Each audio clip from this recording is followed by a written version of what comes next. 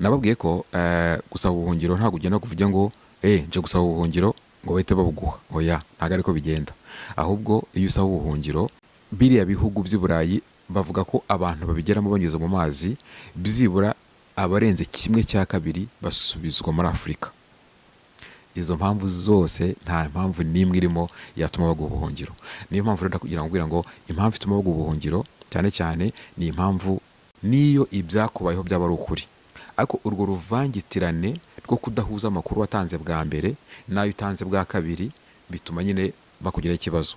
Akantu gato gusa, ese wari uzi ko ibindi bintu bikomeye kandi abantu hano bumva bikomeye cyane usibye ubutinganyi navuze, wari uzi ko aba bantu bagira ibintu biri byo kuba marginalize muri society.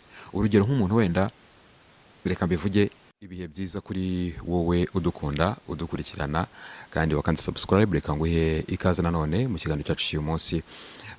Ku munsi w'ejo cyangwa muri video yacu ishize nabaganirije cyane ku bintu bigendanye n'uburyo abantu bashaka gutura bya burundu muri Canada no mu bindi bihugu by'abazungu. Iyo mvuze by'abazungu, by'abanyaburayi, buriya ibihugu by'abanyaburayi ntabwo ari ibihugu by'iburayi byonyine. Ibihugu byose tubamo bya Canada, Amerika, Australia, New Zealand, ni ibihugu by'abanyaburayi. Donc nubwo bitari Burayi ariko ni by'abanyaburayi. Usanga systeme z'ababiyobora cyangwa se abantu bafite donc imizi ya politike ibyo bihugu usanga benshi ari abanyaburayi. Nimvuga ari ibihugu by'abanyaburayi tujye twumva ibyo bihugu byose, ariko cyane ngiye nibanda kuri Canada kuko niyo mbamo, ni nayo maze kumenyaho utuntu dukeya. Ntago ndi expert nkuko nabisobanuye, ntago ndi expert, ntago mbisobanukiwe cyane, mbese ntago mbifitemo ubumenyi bwinshi, ntago nabyize, ariko ibyo nzi, ibyo maze kumenya tukajya tubisangira kugira ngo ubifasha bimufashe, unyunganira nawe anyunganire. Niba hari aho nakoze mistake birashoboka rwose, aricyo nshobora kuvuga wenda nkibeshyamo amakuru amwe namwe, ariko nizera ko ibyo mbagezaho byinshi mba mbizi. Ariko hari aho nkoze mistake, nyamuneka ntuzamutaza, ahubwo uzanyunganire. Reka rero mbahe ikaze nanone. Uyu munsi ndagira ngo tuganire. Ejo twaganira ibintu bigeze kuri 4, harimo asylum seeking, harimo refugee status, harimo permanent residence ndetse na citizenship, ariko nabivuze gutyo mu kigare cyangwa se apana mu kigare, nabivuze en general. Uyu munsi ndagira ngo ntangire kudetaya. Mpereye ku muntu uwo ari wese uvuye hanze ya Canada, uvuye muri Afurika, uvuye mu Rwanda, uvuye i Burundi, uvuye muri Congo, uvuye i Bugande, uvuye Tanzania, uvuye Kenya, uvuye Senegal, uvuye ahari hose ugeze hano muri Canada. Hanyuma impapuro z'ubuhunzi cyangwa se impapuro zo gutura muri Canada utangiye kuzishakira hano muri Canada. Reka mbabwire ko umuntu wese ugeze hano muri Canada kugira ngo atangire process yo gutura muri Canada ntago ari ngombwa ko anyura mu buhunzi. No, ntago ari ngombwa. Hari abatanyura mu buhunzi rwose kandi baga processinga, process zabo zikagera kuri citizenship, bakagererwa na PR ndetse n'ubwene gihugu atarigeze yideklara. Ibyo nabyo nzabisobanura uko bigenda. Hanyuma uyu munsi ndagira ngo nganire ku bantu n'abantu rero banyura muri process zo gusaba ibyangombwa ariko banyuze mu buhunzi cyangwa se mu gusaba asylum seeking. Ibyo bita gusaba asylum, gusaba ubuhunzi, gusaba ubuhungiro.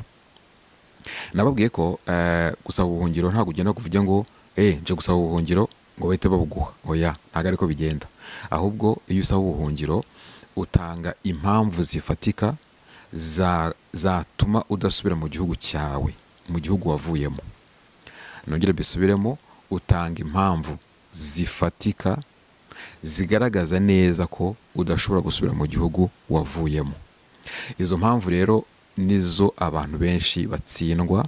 Izo mpamvu nizo abantu benshi ushobora kugenda wumva nyine ubizi, ukumva ibyo urabivuga, navuye muri Afurika iwacu, mpunze, none munyakire. Ukumva nyine birahagije. Ibyo ngibyo ntago bihagije inshuti zanjye, ibyo ntago bihagije, kubera ko umucamanza arabyanariza. Aho niho tugiye gutinda rero. Muri video abantu bajya babona z'abantu baca mu mazi bagiye i Burayi cyane bambutse muri Mediterane bavuye muri Libya, bari n'abanyura za Maroc bakambuka bajya muri Espagne. Biriya bihugu by'i Burayi bavuga ko abantu babigeramo banyuze mu mazi byibura abarenze 1/2 basubizwa muri Afurika. Iryo garere abarenze 1/2 basubizwa muri Afurika. Kubera iki? Kubera ko impamvu zatumye banyura mu nzira zigoranye zo kwiyahura zo guca mu mazi, kuko abenshi barapfa.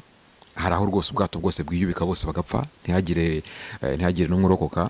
Hari abagira amahirwe bakagenda bapfa mu nzira, abandi bakagerayo amahoro. Hanyuma wagerayo amahoro, wagera hakurya i Burayi, wenda ugeze mu Butaliyani, ugeze muri Espagne, cyangwa se muri Portugal, bakagusubiza inyuma, bakavuga ngo impamvu zawe ntabwo zumvikana. Kubera iki? Kubera ko impamvu zumvikana ni impamvu nyine zigaragaza ko uramutse usubiye mu gihugu cyawe ushobora kugirirwa nabi, ushobora gufungwa, ushobora kwicwa, ushobora donc zigaragaza ko utagira umutekano ugeze mu gihugu cyawe. Abenshi rero banyura muri aya mazi kuko bavuye mu bihugu bya Senegal, mu bihugu bya Cote d'Ivoire, abenshi nabo muri West Africa, ibihugu byabo bitarimo intambara. Wenda hari birimo intambara za Al-Shabaab n'ibindi n'abateroriste bandi, ariko hari ibihugu bitarimo intambara. Ukaba wagera mu gihugu avuga okay, kubera ko nta ntambara ihari, reka mbabwire ko iwacu wenda abajene, wisanzura umujene, ukavuga uti ngewe iwacu abajene nta kazi babona, mpunze ubushomeri. Iyo ntabwo ari impamvu yumvikana. Icyo ni icya mbere. Icya kabiri, hari abajene bagera muri bihugu nyine, akavuga ati ngewe nari mfite inzozi zo kugera wenda muri Canada cyangwa se muri Amerika cyangwa se muri Espagne cyangwa se mu Bwongereza kugira ngo nkine football. Donc impamvu yatumye mva iwacu nkaza muri iki gihugu nagira ngo nze gukina football, ubwo ni soka ku banyaburayi. Cyangwa se impamvu navuye muri Afurika nkajya muri Amerika, impamvu nakoze urugendo rwose nagira ngo nze hano kuko iwacu nta biryo bihaba, iwacu abantu barya rimwe ku munsi cyangwa rimwe bakaburara. Niyo mpamvu nahunze kuko nabonye ko hano haba ibiryo. Izo mpamvu zose nta mpamvu n'imwe irimo yatuma baguha ubuhungiro. Niyo mpamvu rero kugira ngo impamvu ituma baguha ubuhungiro cyane cyane ni impamvu igaragaza nyine ko uramutse usubiye iwanyu ibibazo byavuka. Hari abantu bava mu bihugu bitarimo intambara, urugero nko mu Rwanda nta ntambara ihari, i Bugande nta ntambara ihari, Kenya nta ntambara ihari. Ahantu mbese hatari ibibazo by'intambara, akenshi impamvu zaho ziba zigoye. Niyo mpamvu ngira ngo mu myaka yashize abantu benshi bajyaga bava mu Rwanda b'abanyeshuri bagera hano kugira ngo bashake ibyangombwa by'ubuhunzi cyangwa se byo gutura hano muri Canada, bakavuga ko ari abatinganyi. Icyo gihe umuntu agakora process ye neza, akabona ubwenegihugu cyangwa se akabona PR cyangwa se residence permanente, akemerwa, akaba accepted. Abenshi bakavuga n'izindi mpamvu zitandukanye, ariko nanone iyo mpamvu uvuze ikujyana mu rukiko. Ikindi ngira ngo mbabwire gikomeye cyane kuri iyi process nuko akenshi umuntu ashobora kuvuga ikintu cyamubayeho, ibintu byakubayeho kandi koko biri horrible, ni ibintu biteye ubwoba, ni ibintu bikomeye cyane, ariko uburyo bisobanura ntibyumvikane. Uburyo bisobanura ibyakubayeho ntibyumvikane, umuntu ntabyumve, umucamanza ntabyumve, kuko ubudiringa n'amategeko, ubudiringa n'abantu bize bafite uburyo bakakubaza byahe bakakuvangavanga kugeza ubwo ushobora kubura ubuhungiro cyangwa se ushobora kubura iyo status y'ubuhungiro. Akenshi ugasanga noneho abantu bavuga ibintu babeshya bitanabaye, ari story bakreye mu mutwe yabo cyangwa se kugira ngo nyine babone impapuro. Abenshi ni babone ibyangombwa. Wari uzi ko abantu benshi bavuga ibinyoma ari babone ibyangombwa kurusha abavuga ukuri?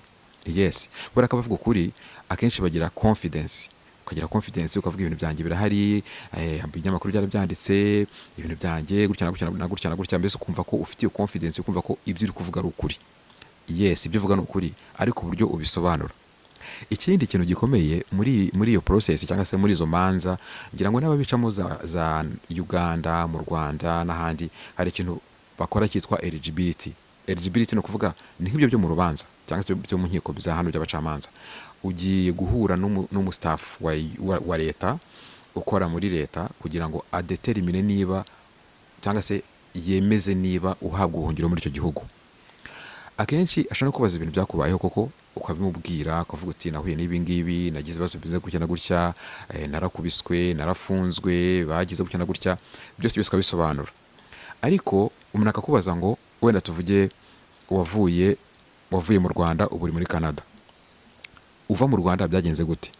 Ukavuga uti navuye mu Rwanda nci Bugande, cyangwa se maze guca muri Congo, nyuma mvuye Bugande ndamanuka ngiye Burundi, mvuye Burundi njya muri Zambia, mva muri Zambia njya South Africa. Urumva iyo ni itinerere n'iminsi n'amatariki byose ukagenda bisobanura. Hanyuma ukagenda ubutaha ukagaruka, umva ko watangiye uvuga ngo nanyuze Bugande, nuko watangiye uvuga uti nanyuze muri Congo, nca muri Kenya, nca muri Tanzania, nambuka mu mazi ngera wenda Zanzibar, ndongera ndagaruka njya Mozambique, ku buryo ubivangavanga. Niyo ibyakubayeho byaba ari ukuri, ariko urwo ruvangitirane rwo kudahuza amakuru watanze bwa mbere nayo utanze bwa kabiri bituma nyine bakugira ikibazo. Akantu gato gusa, wenda nibyo mvuze by the way ni na byinshi, ariko akantu gato kagaragaza ikinyoma muri process yawe, nubwo waba uvuga ukuri, akenshi bikunda gutuma dosiye yawe zishobora gutinda, cyangwa se bakayirejectinga bakavuga ko urimo kubeshya.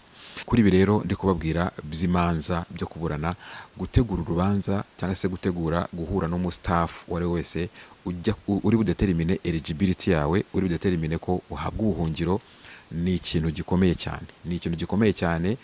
Kuri iyi point nzashaka n'aba expert abo maze kubona bampamagaye rwose, ndabashimira cyane, abanyerekiye bambwira ati ibyo bintu twanaguhaho n'umusada cyangwa se twaguhaho ibitekerezo tukajya tubisobanura neza. Hari abantu bambwiye ko bazabimfashamo ku buryo ni gute wategura urubanza, ni gute wategura umunsi wo kujya guhura n'umucamanza cyangwa se kujya guhura n'umustaff w'igihugu uri gusabamo ubuhungiro. Ni gute bigenda gute? Bisaba kugira ngo ibintu wavuze aba ari ibintu byumvikana. Ese wari uzi ko ibindi bintu bikomeye kandi abantu hano bumva bikomeye cyane usibye ubutinganyi navuze, wari uzi ko aba bantu bagira ibintu biri byo kuba marginalize muri society? Urugero nk'umuntu wenda, reka mbivuge nka Nyamweru, umuntu ufite ubumuga bw'uruhu, abo twita Nyamweru mu Kinyarwanda, akenshi politiki yacu y'u Rwanda ntago iba marginaliza, ntago donc ibaca, oya irabashyigikira iyo bibumbiye hamwe mu mishinga nk'abandi banyarwanda bose. Ariko muri societe umuntu wa Nyamweru ashobora guhura n'ikibazo cyo kuba cyo kutabwa agaciro, cyo gushyirwa muri marge, donc guhabwa kato, reka mbyita kato. Yes, abantu bahabwa kato nabo burya ibi bihugu birabumva cyane. Iyo ni impamvu ishobora gutuma ubona ubuhungiro. Abandi bantu bashobora kubona ubuhungiro mutari muzi ko abandi bantu bahabwa kato kubera amoko yabo, nabo akenshi bakunda guhabwa ubuhungiro. Reka mbahe nk'urugero, abantu bitwa abasangwa butaka mu Rwanda, sinzi ko dusigaye tubita ubu ngubu, bigenda bihinduka, ariko twabitaga abatwa. Hari ibihugu bibamo amasosiyasiyo akomeye, na Canada nayo irimo abo bantu babasanga ubutaka, bagira n'amasosiyasiyo y'abakomeye cyane, no muri politike usanga bahagarariwe.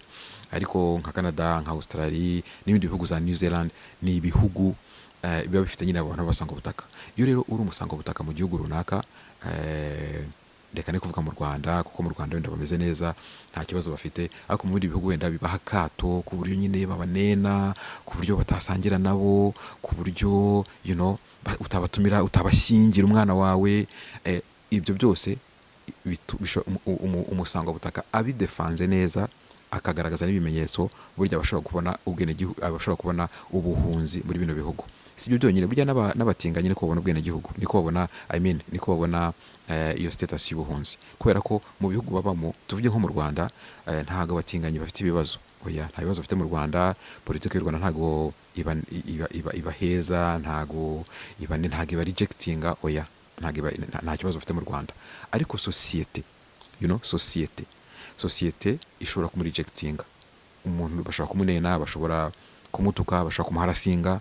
Ibyo rero byose bishobora gutuma umuntu abona ubuhunzi, cyangwa se ashobora gutuma abona status y'ubuhunzi, akaba yaprocesinga akajya kuri PR, ndetse akabona n'ubwenegihugu muri kino gihugu cya Canada. Izo rero ni impamvu zikomeye zishobora gutuma umuntu abona ubuhunzi, cyangwa se yemererwa kuba protege muri Canada. Mu kiganiro cyacu cy'ubutaha nzababwira uburyo imbwirwaruhame cyangwa se inyandiko mu bitangazamakuru, ndetse n'ibi bintu aba social media influencers bakunda gukora, baharasinga abantu, babatuka, bishobora gutuma umuntu watutswe cyangwa se umuntu yibasiwe ashobora kubona ubuhungiro cyangwa se ashobora kubona uburenganzira bwo gutura mu gihugu cya Canada, donc akaba protected, ntasubire iwabo cyangwa se ntasubizwe iwabo, akaba ya processinga agahatura bya burundu, akaba n'umwere gihugu wa Canada. Soza kino kiganiro ndagira ngo mbabwire ko ibi mbabwira nge ntago ndi company ifasha abantu kuzana muri Canada, oya ntago ari byo, ahubwo mbabasobanurira abantu bahageze cyangwa se bashaka kuhaza process binyuramo cyangwa se ibyo ugomba kwirinda n'ibyo ugomba kwitondera. Niba hari company ishaka ko dukorana nabyo nta kibazo, twakorana rwose nkabafasha, ndetse n'abantu bashaka kugira ibyo bakwamamaza binyuranye no gufasha abantu kuza muri Canada, ibyo nta kibazo. Ariko ngiye personally ntago mbikora, mbagira inama y'ukuntu byagenda. Reka rero bashimire mwese, mukomeze mukane subscribe, ndabakunda cyane, bye bye.